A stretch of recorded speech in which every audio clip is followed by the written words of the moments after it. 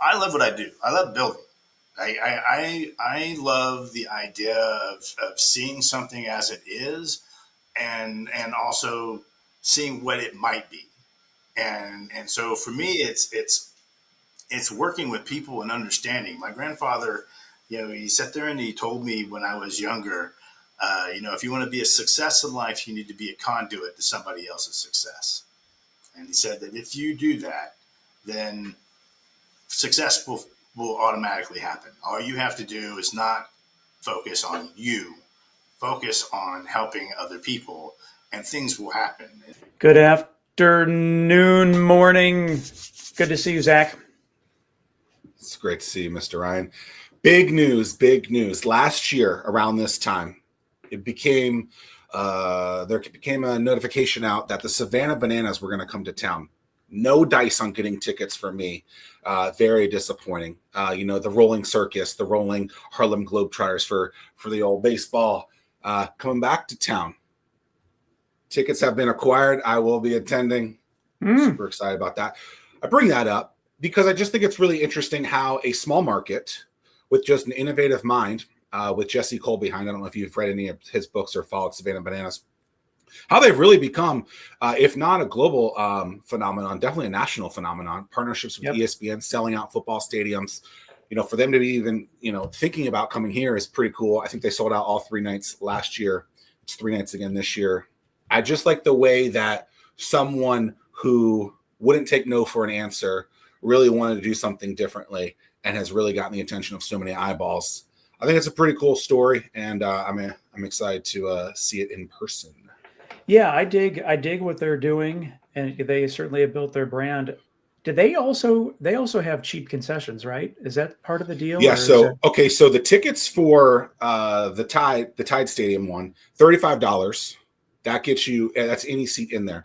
I believe at Home Stadium in Savannah, they've sold out for I don't know how many years in a row. Right. But it's ticket, I think, free parking and free concessions for like $25. Wow. Unbelievable. Well, I hope that we don't take advantage of the sold out crowds and jack up prices for concessions while they are here.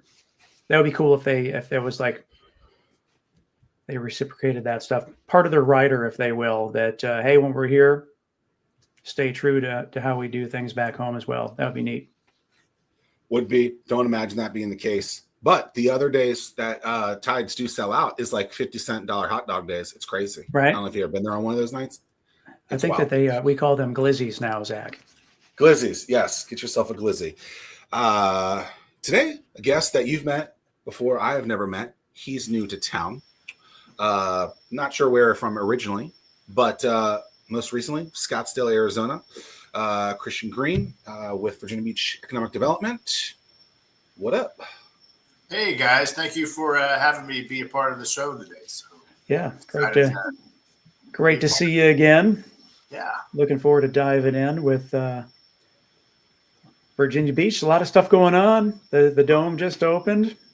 Yep, just opened. Just had Pat Benatar rock the house there this last weekend. So super exciting, and I think Shabuzi's coming, and a couple other acts, of course, that might be popular running down the line as well. So. I started doing some reading on like the old dome, and I geez, for someone who has lived here as long as I have, I didn't realize like how iconic the old dome was. Like, big feelings. Yeah, I mean, like for example, Zach, Jimi Hendrix, when he lit his guitar on fire, that was here in Virginia Beach. I mean, like that's probably one the of, like, only the time most, he only did that once. Well, that was like that was like his iconic performance that everyone refers to and knows about. That happened here. I think that's pretty cool. Yeah, they had Three Dog Night open, and they were the last act when the dome closed back in the day. So I heard they rocked the house. Yeah. But I guess the interesting tidbit about the dome is that it's not necessarily a dome. It's just named the dome in honor of the previous It's not a dome because I drove by it the other day looking for it, couldn't find it, to find out that I had found it. But a couple weeks ago, I drove by there. I was at an event at Waterman's, and I guess they didn't put up the barricade yet, so that you couldn't see the surf park being installed. So it's really cool. It's gonna be really interesting when that comes up to see just to be able to from the road driving, maybe not safe, but to peek in there real quick and to see people getting their little Kelly Slater on, if that's a real surfer's name, I feel like from the past. But, yeah. Yeah, I think that's a pretty cool thing, pretty interesting place to put it. Yeah. I guess it's going to be year-round surfing. Yeah. I think that one of my team members here, her husband is a big surfer, and so he's a member. So they have memberships. Okay. So I didn't know that was a thing either, but I think that it's pretty cool that they're going to have memberships and be able to ride waves, year round whenever they want. It's 2025, Christian. Everything's a subscription. You got to get that monthly income, even if you're a surf park. I know. You got to make it happen, right? So that's crazy. Guaranteed income. I like that some of the subscriptions are partnering with other subscriptions so that you can get quasi deal. Oh yeah, that's nice. Oh yeah, it's cool. How long have you been in the? It is. How long have you been in the position now? So next week will be 3 months. Wow.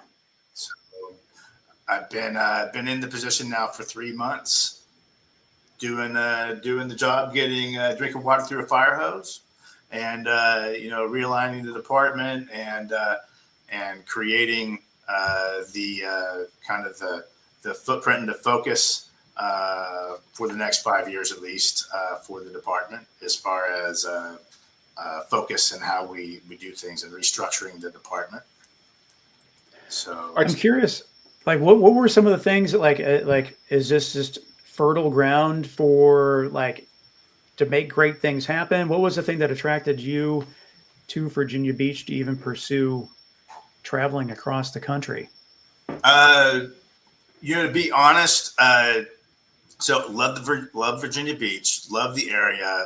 Honestly, our daughter is a lieutenant commander in the Navy, and she's stationed here, and grandkids, and she called me up about I think June, July of last year, and actually asked me if I wanted to be closer to the grandkids, who are 2 and 3, and I was like, well, of course, and so she started sending me information about Virginia Beach, and before that, I'd always been recruited pretty much for the last probably 15 years to come in and realign and joke around that I'm the fixer, if you will, in the economic development world. Coming in and realigning and creating kind of a strategic focus, taking a private side approach to a public entity. I started my career on the private side after I graduated from college. I threw everything in the back of a U-Haul and drove to Arizona. And backstory to that was I hiked the Grand Canyon when I was 12 with my dad, fell in love with it, and everything. And so when people would ask me what I was going to do when I grew up, I told them I don't know, but I'm going to live in Arizona. So how does an Arizona kid sit there and end up in Virginia Beach? I'll get to that point. So threw everything in the back of the U-Haul, went to Arizona, and started my career there. And there's a whole story around that as well. But after 20 years there, it was in May. And my wife and I were talking, and the last child was graduating from high school, and she, it was I remember it was like May 10th, I think. It was pretty close to about this time of year, and it was 7:00 in the morning. It was 92 degrees, and we were thinking to ourselves, why are we doing this anymore? A lot of the kids are throughout the country to our east, and so we decided to look at the East Coast. I did come by way of Atlanta. I was in Atlanta for for 2 years, and then this is actually the first time in, like I said, well over a decade, probably 15 to 18 years, where I actually targeted the city and was very focused on getting here and getting the position. Well, welcome to the land of humidity. Whereas, like, when we wake up at 7 in the morning, if it's under 92% humidity, that we're like, man, it's a dry day. I walked out this morning and was like, man, it is humid this morning. So, all the rain and stuff. But, I grew up in Kansas. So, first job, I was 8 years old, breaking horses for a rancher next door and everything. So, love the outdoors, love being outside and activity and things like that. I joke around that I'll do anything ending in ing that doesn't have a motor attached to it.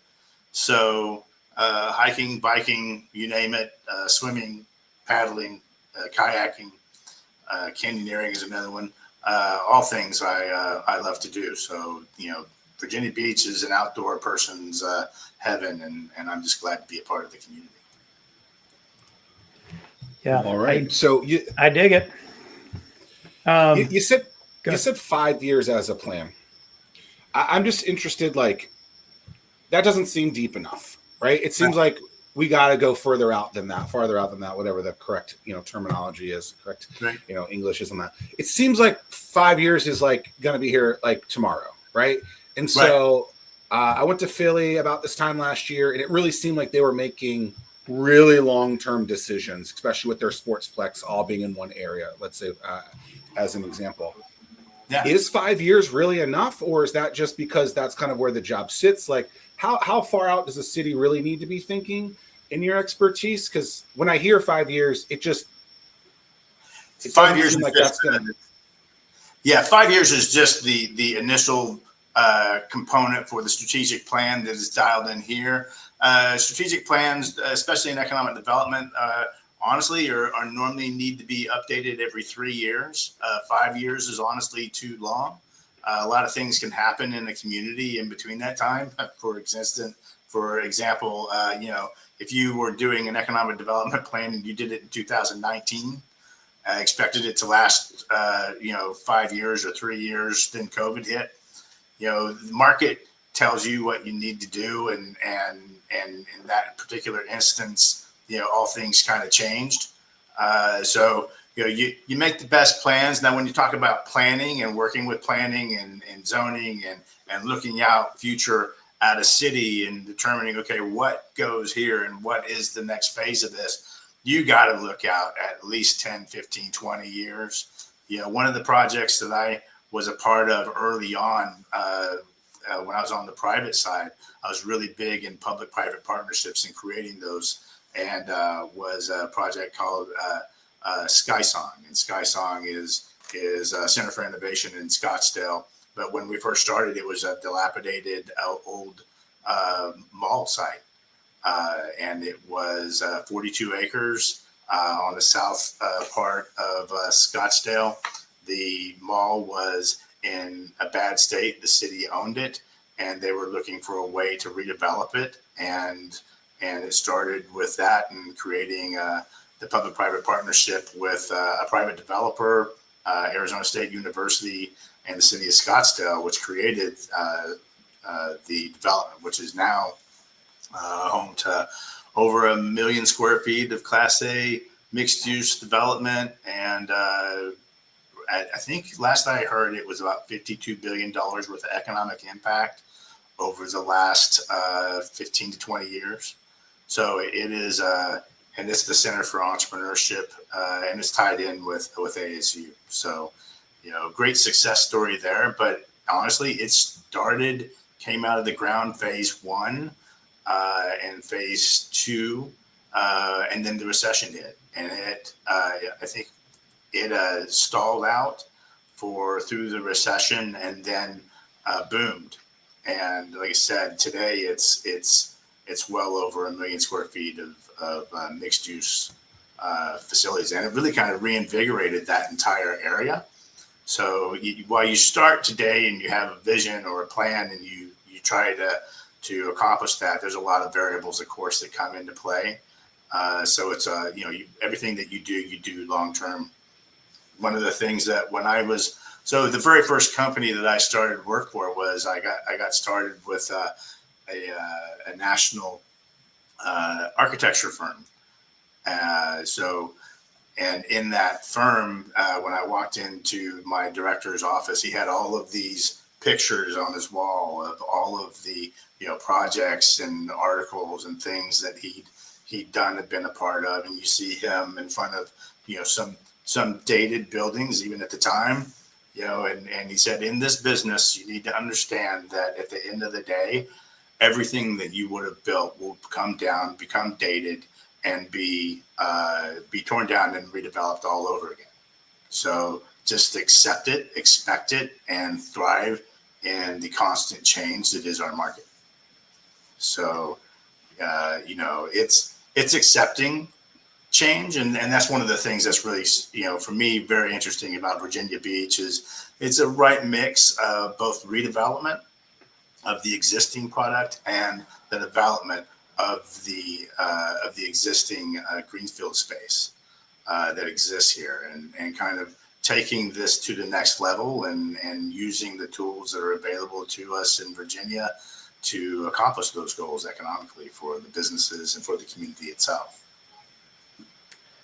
It's one of the things. So Virginia Beach, largest city in the state of Virginia. It's just known that they're the big dogs that carries a lot of weight. So then now you're the new guy that comes in, but you bring a lot of weight yourself in terms of can you touch on some of the stuff that you worked on while at Scottsdale? I mean, you guys, it's some pretty interesting backstory and some big things that you've worked on. Well, honestly, there's a couple of pieces. If we're talking about projects, that's one thing, and Scottsdale was one of them. And then, of course, creating more of a focus towards tech in that space that had traditionally been kind of old retail was a part of it. But if I can back up even further, my story is interesting from the standpoint that it's something that a lot of people don't know is that I started my career came to Phoenix, and like I said, had wanted to be there since I was a kid. And I got an interview, one of three, with this large architecture firm on their national marketing side. And so at the end of the interview, it was my first interview, and they were, did it, and then they asked, well, do you have any questions? I said, yeah, when can I start? And they said, person interviewed before you, the person is after you, we'll get back to you tomorrow. And something happened to me in that moment, and I was sitting there thinking to myself, I may not get another chance. Like this, I've only got so much money, and so I better make this last. So I actually sat and said, I don't recommend doing this. But I said, that's fine. I'm not leaving until you give me the job. And security. And I said, now listen, I'm not crazy. You got to preface it with this, because of course they gave me the look that you probably just had just now. But the fact of the matter is, I sat there and said, listen, since I was 12 years old, wanted to hike the Grand Canyon, fell in love with the state. I'm one of three people that you chose to be here interviewing for this position, which means obviously I'm qualified. The difference between me and everybody else is I want it worse than anybody else that walked through that door. I will, make copies. I will clean bathrooms, make coffee. I do not care. I just want a chance to make a difference and be a part of this community and be here and do good work for you. And it took them a little bit to convince them that I wasn't crazy, but they actually gave me the shot. Ironically, it also changed the way that I focus and how I manage, because that next Monday they had the all staff meeting there in Phoenix, and my boss stood me up in front of the entire group, which is about 120 architects, and said, Everybody, this is Christian Green. He's our new recruit in national marketing. We don't know what he's going to do, but we expect great things. And that was a heck of an introduction for my career. The next 2 hours, I sat in front of a computer like everybody else does, and then he called me into his office. And be careful what you ask for, I guess. He says, "So, what are you going to do for me?" And I was like, "Well, there was a job description, and and so I figured, something like that." And he goes, "I hire people for their talent." He goes, "You, I hired because you had more gumption in you than anybody I'd ever seen, and for your talent." So he goes, "Here's the deal. You have 2 months to figure out what you're going to do for me. I will give you some ideas of what I want based off of your experience. But in 2 months, you will pitch to me what you're going to do for me and this company. I hope it's good." My mindset, my entire way of managing, and my entire style of being is very much comes from that moment. I went home, and my future wife asked me, "How was your first day?" I sat there and said, "I'm scared to death." I told her the story, and she was like, "Well, isn't this like the dream? Like, this is what you want, right? You get to create your own path, and you just have to figure out what that is." And he gave me some ideas. He said he's got 18 offices. Business attraction is kind of splintered, and so with my strategic background, sitting there and doing the research to determine where the best projects were and align people and looking out, like you said, past the 5-year mark, and understanding, okay, in those 18 offices, where are the projects that we focus on? And doing that. And 2 months later, I'd already had the idea and was already pretty much running with it. But I pitched it to him, and he added something to it, which was basically that I would be the person responsible for identifying all of the main projects that the company would be pursuing based off of the different market sectors and the certain 18 offices and pursuits, and identifying that piece. And then from that perspective, it was working with the business attraction teams and marketing teams to get in front of those clients early on. And so did that. And he threw in there that I was the project lead on all projects, $250 million and above. And so anytime that there was a project that we were pursuing at that time, that was over $250 million. And that would be about $500 million today in rough numbers for construction value. I was flying out and leading the teams to win those. So fast forward 5 years later, he leaves. And 3 months later, he calls me from the company that he's at, which is one of the largest construction companies in the U.S.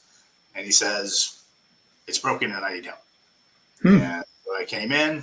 I was identified as executive leadership material. Went through a year of training in that regards, and ended up leading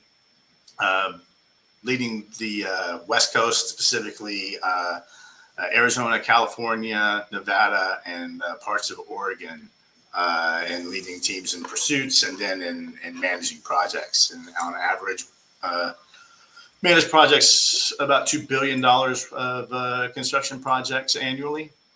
So that's where that came from. So it was identifying, looking out ahead, and then managing those projects with some of the basically the municipalities, the large projects and development projects in that area.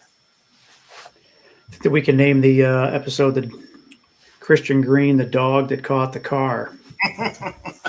I love what I do. I love building. I love the idea of seeing something as it is and also seeing what it might be. And so for me, it's working with people and understanding. My grandfather, he sat there and he told me when I was younger, if you want to be a success in life, you need to be a conduit to somebody else's success. And he said that if you do that, then success will automatically happen. All you have to do is not focus on you, focus on helping other people, and things will happen. And it's been a major focus of my entire career. That's kind of my mantra. And it's benefited me greatly. I've had the great opportunities to do some really cool things, and be a part of some great teams. Realigning and creating a team environment that's focused on lifting each other up and accomplishing goals has always been kind of where I like to live, where I exist. Creating a team here, which is a great team. The group here in economic development and the city overall is amazing. I told my wife when I was in the interview process to go, if I land this, I'll be dangerous with all the tools that are available here to win work and the team that is here. From everything from business attraction, which this department has been retooled. I believe in three strong factors for success for economic development, which is strong business attraction, strong business retention and expansion, and then strong marketing and communications. And creating that dynamic, separating out those teams, and then but they come together and they're accountable to each other as well. One of the things that's that I the backstories that I really like about yours is like we had a chance to talk a month ago, I guess, and I was like, yeah, we got some really cool stuff that goes on in Virginia Beach, and it is the magnet for the rest of the state. And you're like, Tim, I've lived through three Super Bowls. There's only so many cities in the U.S. that can host a Super Bowl. Yeah. Yeah, and so I mean, like that has to be huge amounts of pressure to make sure that goes. It is, but the Super Bowls and events and things, those are huge, and you use those to your advantage. No different than what we can do here. The Dome. It's about the community and having that community and that spirit and that vibe, that sense of place, and connecting. Use the tools that are available to you. Like I said, Virginia Beach has got an arsenal available to it through the VBDA when it comes to, which is the Virginia Beach Development Authority, and the ability to work with companies to bring them in and incentivize them in certain areas as long as they fit certain criteria. And then working with tourism and the CVB. In those other markets, I was over economic development and tourism. So, marrying those components together, and we're doing that here, working with the CVB here, which is the Convention and Visitors Bureau. Sorry, using acronyms there. New thing to create that vibe, that sense of place. One of the things that a lot of communities suffer from is the brain drain. We have great students, we have great young people who are here, but they graduate and go elsewhere. And some of them boomerang and come back. But part of it is creating this dynamic where we are working together with our universities and our higher education partners like ODU or Virginia Wesleyan, and creating that dynamic where we're helping them connect with the local businesses here to thrive and stay and keep that sense of place and that connectivity here. And Virginia Beach is one of the strongest defense communities in the U.S.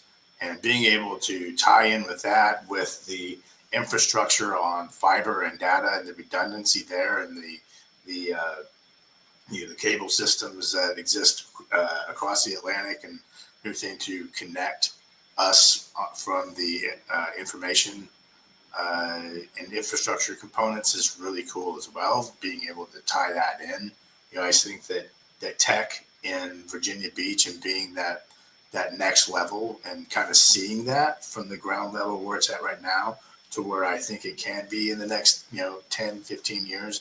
That's super exciting as well. The opportunities here are so great. There's no way I was going to miss I agree, and I think that's what I appreciate about it. You have to have that vision. Yeah. You have to have the team. You have to be. You can't be afraid to take those chances and take the swings and take the shots. So from that standpoint, I'm super bullish and optimistic about the things to come because I can't imagine that to get like a Waste Management, to build a golf tournament, to get a Super Bowl. I mean, you have to. I would assume that you would have to put in some sort of proposal, some sort of vision in terms of before they come to you and say, "Yeah, hey, let's do this." So you bring that experience to Virginia Beach. Yeah, you market years in advance working with them, and for instance, in Scottsdale, with the Super Bowl, there's the ESPN experience. I was involved in re-envisioning and the creation, or not the creation, but the redevelopment of the Scottsdale Civic Center, which had to be complete before the 2023 Super Bowl. Ironically, I wasn't there when it was finally complete. I was actually in Glendale where the Super Bowl actually was at that time. But it was so many years ahead. Normally it's about 6 to 8 years beforehand that you find out that you're going to be hosting the Super Bowl or something like that. So you have time to prepare, and plan. And there is a big difference between being the host city for that kind of event and being being the city where a lot of people come anyway. So that was one of the things that I was tasked with in Glendale, was the fact that while Glendale had the arena and the stadium, the deal is that most people went to Glendale, saw the sports program or the concert or anything like that, and then they left. They didn't extend their stay. They quickly egressed and ingressed out of the area and were back home. And so the idea was, and I was recruited specifically for building out the entertainment, sports and entertainment area. So we started looking at that many years beforehand to try and say, okay, what's it going to take to create an area of experience? And that's when I see the Dome and the Wave Park and of course Oceanfront and that entire area, and then the connectivity to that, and creating that whole vibe and working with the development community to make that come to fruition. That's super exciting too. There's that whole area in the next 15 to 20 years is going to be amazing. I'd always heard that when Jacksonville got the Super Bowl, they didn't have enough, what do they say, butts and beds. They didn't have enough hotel rooms. Heads and beds. And so heads and beds, yeah. So they had to bring on cruise ships for people to stay in because they didn't have enough hotel rooms for the Super Bowl because of how much. So I mean that alone, you have to think about that from the attraction standpoint. Do you have enough opportunity, places for people to stay? It's just wild to be thinking about. I don't think I've ever been to Arizona. I've been to Atlanta many times, but you don't think of do you have enough hotels within a vicinity? But it's a real thing Right. from that perspective. Well, and you've got this thriving hotel area there along Oceanfront, and then Town Center is amazing, right? To think that this was the brainchild of somebody just 20 years ago, and now today, this is a main thriving commercial area, and everything for for the entire region. Driving traffic and it's still growing. There's development happening all around here that is makes it so invigorating. And then when you look at long term, because I believe in how do you connect spaces, right? I kind of take an urban planner approach to economic development. From like I said, I can't get the builder designer out of my mindset. So when you look at like things like the Virginia Beach Trail and the connectivity along that existing, where you have the old rail system from Norfolk all the way through to the beach area, and seeing that that way to sit there and connect the beach to town center to Norfolk and the rail system there, and the use of electric bicycles, for instance, to connect people along that way. I see that as possibly like the Beltline in Atlanta as probably a good project or something to look at and say, okay, this is what this could be, which was a huge tool for redevelopment. And so taking that, being able to connect workforce and affordable housing. We just worked with Ruthie and everything in her team on the affordable housing front, getting a grant, worked for attainable housing through the VBDA so that we can incentivize mixed use or multifamily so that we can redevelop areas with higher density in Virginia Beach so that people can live and work in Virginia Beach, because affordable housing is probably one of the biggest issues nationwide across the board. It's not a Virginia Beach specific problem. It's an all over the place issue, but it's one of the things that it's good to sit there and be in a city that's so forward thinking that they looked ahead to find what that solution may be and implemented it in a short time frame. Think about this. That was presented to council in I think my second week here. I've been here for 3 months. It has been through council, approved, and is now adopted in that time period. And that says something about how great this city is in time frames and getting things done and accomplishing the goals that are needed for its citizens. So all this stuff is super important. In terms of like how it works together. I mean, I'm curious what your take is. You were really have played a big part in building the tech community in Arizona. Yeah. And so in doing so, you need to ensure that quality of life is a big part for a company to look at before they decide to relocate. So what did you experience when you were building that tech community? Well, and I'm not the grand poobah of awesome.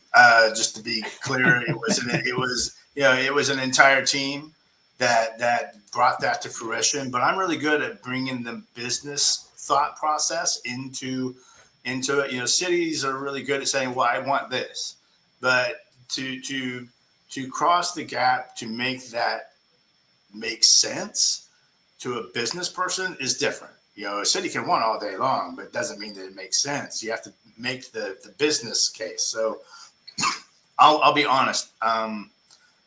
I look to do the same thing that happened here, which is it was like taking candy from a baby, to be quite honest. Well, we have what we consider in Virginia Beach a high cost of living. High cost of living as respect to what? New York, Boston. Right. These are all areas that people live and work, and so for me, it's making that business case, right? And so it's going into those markets like New York and Boston and meeting with those companies. So if I can back up even, my business attraction teams, the difference is when we talk about taking a private side approach to a public entity, it's literally about sitting. So my teams are responsible. They have top 10s in every single market sector that Virginia Beach and the Economic Development Strategic Plan has identified as market sectors that we're going to pursue. So they have top 10 companies that they're pursuing. And for every one of those top 10s, they have 2 backup companies. And what I found is in my teams is that we are not waiting for our regional or state partners to bring us companies. We are specifically targeting companies that are growing, companies in market sectors that we want here. And then we are pursuing them. We are hunting them. We are not shotgunning. We're not waiting for anybody to bring something to us. We're hunting it. And that's kind of when I say that private side approach to a public entity.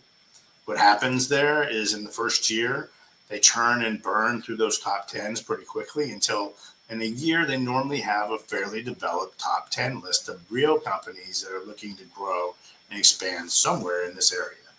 And then it's about being the first on their own mind and having that relationship with them to start driving and telling the story. And so doing that. And in doing so, one of the easiest things to do is to go into a market like New York. And so the pitch would be something similar to this. Listen, I appreciate that you want to be in New York or Boston or wherever you're at, and you have your headquarters here. You employ over 200 people in this giant office building here, and that's fine and that's dandy. But what if I was to tell you that I can knock 20% off of your bottom line, anything, and make you 20% more profitable if you keep your offices here, reduce your footprint in New York, and move your workforce to Virginia Beach? Your people who are living in a 400 square foot box, everything, will then be able to sit there for the same amount of money, have a 3-bedroom, 2-bath house near the beach, and they will thank you for moving them to Virginia Beach, and we will welcome them here and you, and we will help facilitate the process to get you through the planning process, into construction, through construction and operational. And then we will help you with talent attraction through our partners at the universities and things like that, and connecting you to the community so that you're a part of it, because we want you to be a part of the framework and the dialogue that is Virginia Beach. If you do that, if you go and you tell that story and you craft your message and your people are having that discussion, it's very hard to argue it. Yeah, and you'll see this summer, take a drive through Sandbridge, how many New York, New Jersey license plates as they travel down here for their week vacation. Yeah, it's stunning. Well, one of the funny things, so one of the most effective tools that we found in recruiting companies out west was having, at every hotel, you have the information channel. And on that information channel, having a video that is basically welcome to Virginia Beach. We want just to be more than just a destination for you to do vacation, but a place for you and your people to live and work. Wouldn't it be nice if it was not just you coming here to visit, but to actually live and be a part of this community full time? Visit us at yesvirginiabeach.com for more information. And and a quick 30-second spot, focusing on all the good parts and maybe, some bullet points about, the business community and things like that. And then the action item, really was like, it was very easy to sit there, and it was an easy way to communicate directly with those business CEOs that are here. One of the things that's coming up is the Startup World Cup, hosting that in Virginia Beach. So super grateful for your support there. Yeah, we're looking forward to that. August 21st, we'll be bringing in as many founders and support organizations and investors as we can. What's your message to the startups? When they come to town? And this is where you want to be, right? When it comes to a community that thrives and is willing to drive the message and get things accomplished for the entrepreneur community. We've got an entire staff of people here on the business retention expansion team that are working specifically towards driving that initiative. We've got one person who's responsible for companies that are 25 employees and over. And then we have the Hive here, which drives, it's kind of our center for entrepreneurship, led by Henry and his team, where we provide tools and mechanisms and classes for the entrepreneurs. So connecting them to the resources here. And then from a tech perspective, there's no better place in Virginia to kind of have that connectivity to all of the different resources here. Defense companies are always looking for tech talent and also for the entrepreneur piece, right? So that's what I think is really kind of key for Virginia Beach, is being able to create that mechanism, that connectivity to the tech community to be successful.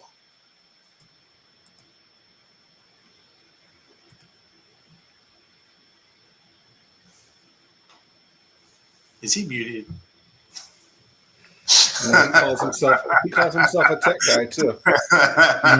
Can't hear it. He's talking much like you. Yeah, like I've got the planes from Langley that are flying over. And it happens. Military town, it happens. I tell you, you gotta love it. So you called yourself the Fixer. Yeah. As a former journalist myself, you can't say words like that, and don't think that I'm not going to poke the bear and figure out a little bit. But so what do they have you fixing here? What is the fix in Virginia Beach that is kind of like what's the expectation, or what was that pitch that you had 2 months for? I know it wasn't for here, but what would be that pitch that you told us when you got the gig from 2 months for 2 months way back when you talked yourself into a gig? What should people expect from Mr. Kristen Green?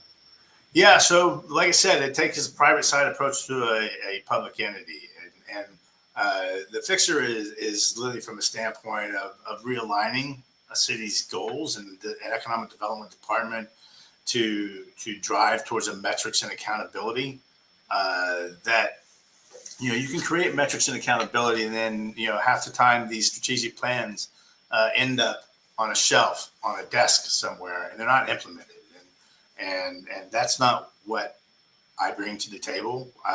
We use the strategic plans to kind of align things, figure things out, and then, like I said, from my perspective, it's taking that same goal-oriented perspective on the private side to accomplishing those goals. So driving the team to accomplish those and making them accountable.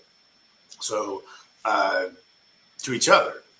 So business attraction is responsible for assisting business retention and expansion with 2 of its strategic goals, and the same with business retention and expansion. And just so you know, I make the team pitch what their measurability and accountability is to each other, to me, and to leadership. So when I come in, normally what I'll do is I'll say, okay, here's the strategic plan. I need you to define what your top 10s are. I need you to be, on that side on business retention expansion. It's identifying those top companies that we need to be meeting with. And then it's, okay, how many do you need to be meeting with annually? What other goals are associated with that? And then making the team accountable to each other. So business retention expansion is actually responsible for providing 5 real leads every single year to business attraction. And that way, because they're meeting with the existing companies, right? So no one has a better understanding of companies that are already here who know other companies that might benefit from that. And so business retention expansion will go and tell business attraction, listen, I met with X company and they said that, this company Y, is looking to expand. You need to sit there and get in front of them and do that.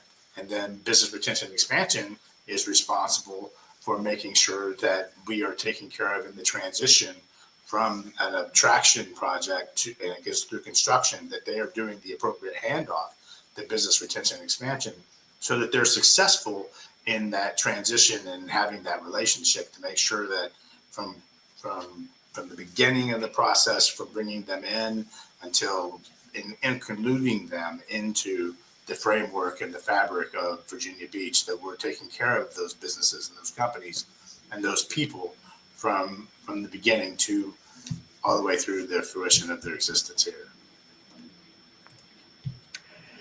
Yeah, one thing that I hope that you're able to really drive home as you Yeah. come here. Is like, I think that our region, everyone says it. Oh, we have the beach, and then you can drive to DC, you can go to the mountains or whatever. But we have tourism, we have ports, and we have defense, and we have all this stuff. But the thing about it is that we've had life so good for so long that we have lost that sense of urgency, and it's just like we just continue to cruise down easy street. And I was like, I would love it if we just had like intentionality and an urgency to go with that strategic vision could really, really propel this region in ways we've never seen before. Well, and like when I coming in here, one of the things that I that measurability and accountability is part of it, right?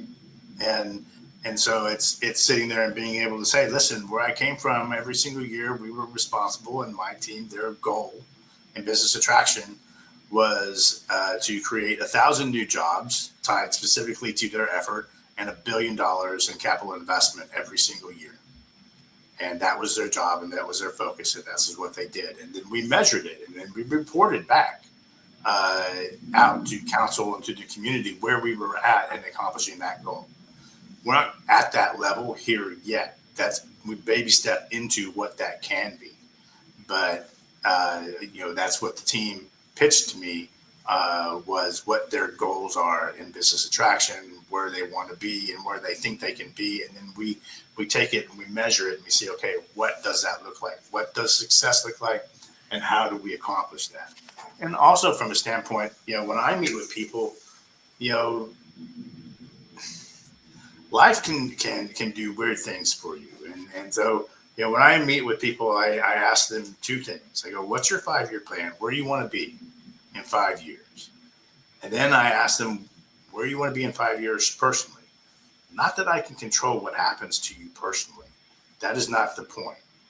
But I need to mirror your professional goals with your personal, at least a little bit, to make it realistic, and drive that. And the part of this is that we're doing life. The fact of the matter is that whether you like it or not, you have a work family. And that work family, we're around each other more honestly than we are with our own families. And so creating a dynamic and an environment where people want to be there and that they feel supported and that they're focusing in on that they have somebody that's focused on their growth. And so what I'll ask is, okay, where do you want to be in 5 years? Is that, my level? Do you want to be a director? Where are you at now? Is that realistic? And if so, what do I need to do in your career to help you establish where you're going, where you're going to be, so that you feel like your personal and professional goals are being matched? And creating that environment and letting them know, okay, this is what I'm going to do. This is the training I'm going to sit there and provide to you so that you can get to that spot professionally. Personally, I can't change what's going on personally, but the fact of the matter is that it helps me to understand and kind of guide and understand where they want to be, so that, and also kind of identify what pitfalls may be in that, right? If a person is in their first year in the career and they want to be director in 5 years, they better not plan on having much of a personal life. It's just realistically, and so having that discussion are your goals. I'm not saying you can't do it. I'm saying here's some areas where there might be room for you to maybe look at this with a little more open. Don't sit there and have your blinders on, is one thing that one of my mentors used to sit there and tell me. But and that seems to make a difference in at least in my office. I tell people, I don't expect you to be with me forever. But I enjoy watching you grow and learn and expand in your career, and seeing where that takes you, and their success is my success. Yeah, you gotta get your reps in. You gotta take the stairs. Yeah. So many people want to take the elevator to the top, and you gotta. Not everybody's running 6 miles daily, man. Yeah, that is true. But I want to.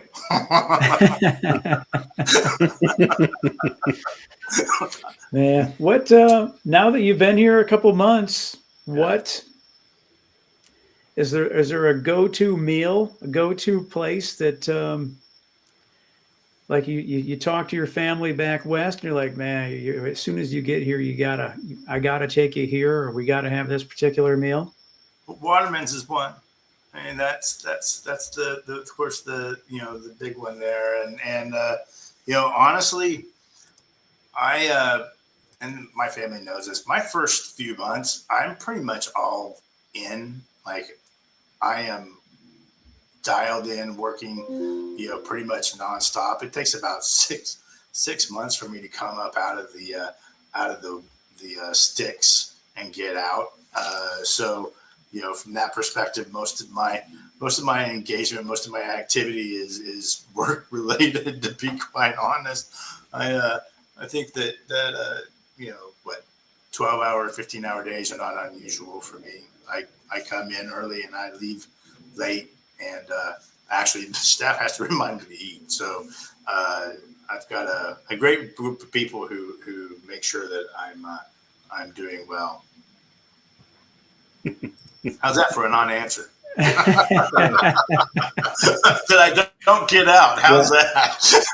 That's well, that's one of the things. Like, Yeah, it was a little wiggle, we're trying to get to the bottom, though. It's just like, because we don't have a professional sports team, we don't have, what is the thing that we can call ours that we can continue to attract people?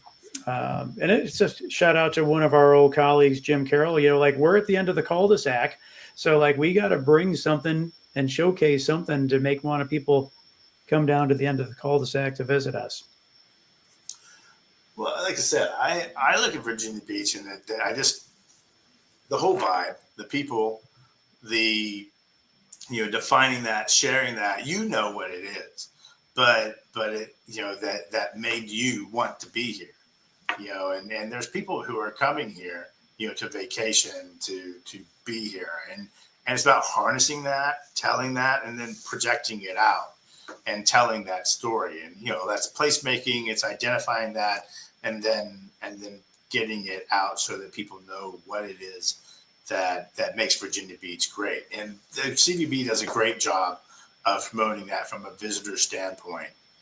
And over the next few years, economic development is going to fine tune that and create those tools for our businesses, so that when they're looking out there at talent attraction and those pieces, that they have the tool necessary tool available to them to promote Virginia Beach. And we're creating those videos right now. We actually have a couple that are in the works that we're going to be putting out, and and that's all part of it, right? It's the vibe, it's the feel, it's the mentality of the people, and who doesn't want to get on a surfboard every morning and or sit there and kayak through the rivers and on the ocean. I mean, it's Virginia Beach. I think that it discounts itself as a destination more so than it should. Yeah, I look at Virginia Beach as having, honestly, more than a Scottsdale. It has a cachet to it. It has a vibe, a feel, and it's just getting it out there and telling that story and showing those unique pieces, that I think we could do a better job. Those other destinations, they've been destinations for many, many years. And I think the story has yet to completely be told, but I look forward to being a part of it, and creating that. One battle that I think is worth battling, and one of the common answers to that question is we are home to the Orange Crush. And there's another location that's trying to take that title away, and I think that we need to hold our ground. Tim, you need to do more research on this. They might not be the originator. No, well, then we need to take it. Yeah, I think it's totally us. Hey, I had one that was like a month ago, which sadly had been that long. Sorry, I am pathetic on that front, but and everything. But and it's good. It's dangerous. My daughter dangerous. hates alcohol, and I go, "You might actually like this." I'm nothing. So it's tasty. Scary. It works. Scary. Well, It's scary. we need to stay true. Either keep it or take it, one of the two, but it's ours. I think keep it. If it's good, then everybody else wants it, so you might as well take it and make it yours. A couple of years back, I hosted this event called the State of the Startup Community Address. I think this is the first one that we did. This is like 2015. And we were pulling a bunch of data and interesting facts about the region. And if I recall, Tim, you were there. You went to all four, right, Tim? Yep. Yeah. Get out of town. If I recall, Virginia Beach was the fittest city in the country. Yeah, from I a was thinking about that during the something. show. Yeah. And so, when you talked about the trail, right? I grew up in Northern Virginia, Tim outside of Buffalo. We had a crap ton of trails everywhere, right? Coming here, I feel like they're sprinkled in, but not really. Right. And so knowing that old trail or that old rail line is going to turn into a trail, I think is cool. Pairing that with some of the other stuff at the oceanfront, really cool. But it's there are stories out there that people talk about, but we don't talk about it on a big enough level. It's just it's like the Ricola commercial. Go to the top of the damn mountain and just scream Ricola. But whatever Ricola is, insert whatever marketing that we want in there. That's what we need to do, right? And so there are really cool assets in this place that we call home, and can't be afraid to get in front of that and say, hey, this is a unique thing. Because people ride at their own risk around here. I've seen road bikers on some pretty skinny two lanes where I'm like, maybe it might be. I know. I think it's down Congo I drive an obnoxiously large red truck. So driving that thing on skinny roads with a bicyclist, and it becomes super fun because you end up spending a lot of quality time behind somebody in spandex, which is even more fun. So,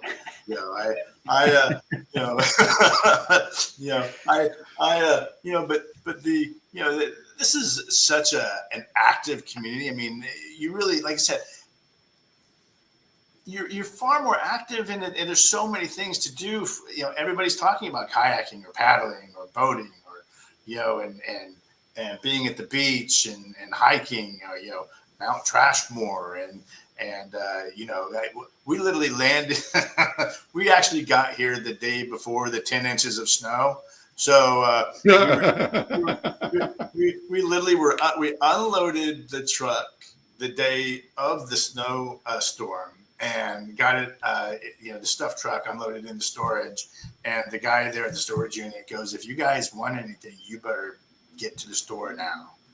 And coming from Kansas, but being in Phoenix all these years, their thing was like, really? Are you gonna shut down? We get to the store and they're like, no, we're shutting it down in 10 minutes. And of course, the next day I take a picture and there's 10 inches of snow on top of my Airstream, and and I send it back to the kids back in Arizona. I go, go figure. We moved to the beach and get 10 inches of snow. So wow. You really have everything. Snow. Those are anomalies. Those are anomalies. I've lived here 18 years. I think it's snowed like that 3 times. Yeah. So I got a three almost 4-year-old dog. This is the first time she ever saw snow this year. Yeah. So I mean it's uncommon. And then it's 21 day, and then the next day it's 90. So the snow melts very, very quickly. Oh yeah. So So why are you here? How did you get here? How did I get here? Let's see. I used to work in TV news. So grew up in Northern Virginia, went to school at West Virginia University. This is my first job. Came down here, worked in TV for 3 years, liked it for a little bit, got out of the honeymoon, realized it wasn't for me, but I met a girl during that time. She likes it here. His family is from here. So I kind of just stayed.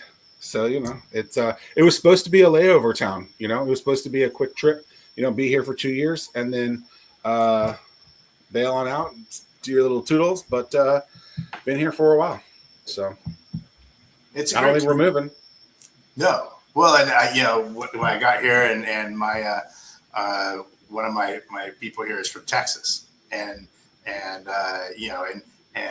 my brother-in-law is from Texas, and the joke is that it's in his will. He has to be buried in Texas, and getting him out of Texas is like an act of God. And I was talking to her, and I was like, so when are you going back? And she goes, oh, I'm not. I'm staying here. And I was like, a Texas kid saying that they're going to stay here. Wow. Forever. I was like, that's strong. Like, if and when you think about that, it's that piece. It's Virginia Beach. You may not think about it, but once you come here, it gets its hooks in you. And, and I think that's part of the play with talent is sitting there and telling them, listen, you may not be top of mind, but you come here once and you will not forget it. Oh yeah. I mean, just J&A Racing, they've created more runners, and they do the best running events. It almost ruins it to go run any other race anywhere else because their races are so in a class of their own. Was this your cousin that you were talking about, Christian? Your cousin who's from Texas? Is that who you said? No, my brother-in-law. Your brother-in-law. Okay. Is he a Cowboys fan? I don't. He probably is. He probably is. That's why he wanted to get out of Texas. He's still in Texas. Like, he will not leave. He you can just forget it. My sister moved down there. They're in Austin, and Austin's she was crazy numbers to get them to move out of Texas. So but I think that honestly, Virginia Beach has that draw. We just got to tell that story, and yours, mine. It's having that ability to project that out, create the marketing tools to do that, because this is a great place to live and work. I agree. Well, I like the vibe of this conversation. Probably the word choice of the day. If that was the drinking game, for every time you say the word vibe, take a shot. Everything. Did you use that word before you knew about the Vibe District? I did. Oh yeah, I use vibe a lot. Okay. Because we have a Vibe District. I know, and it's amazing. Vibe on. Yeah, they got some good restaurants down there. They do. Tim, I know where Yorkies is now. It's right off of 264. Oh, is it? I drove past it. Yeah, and I was like, oh, that's the sandwich shop that we're supposed to go to. So Zoe's, is that? That's different, I think. Is it? No. Okay. This is it might be, I don't know, but it's some sandwich shop in Virginia Beach, the oceanfront, that we're supposed to try out. Yeah. So we will. Maybe the three of us will do it sometime. Let's do it. I don't know. All right, let's do it. I love it when a good plan comes together. So you get me out of the office. There you go. Exactly. Well, thanks for making the time for this. This is great, and allow folks to get to know Christian Green, the guy who's going to lead us to the. Well, we'll get to the Super Bowl. We will we'll get there. But please no Super Bowl. We'll get to the Super Bowl by driving 3 hours north. We'll bring we'll bring another waste management type of golf tournament. We'll create a great world surfing event. There you go. Very cool. Well, guys, thank you so much for letting me be a part of it, and look forward to making some magic happen.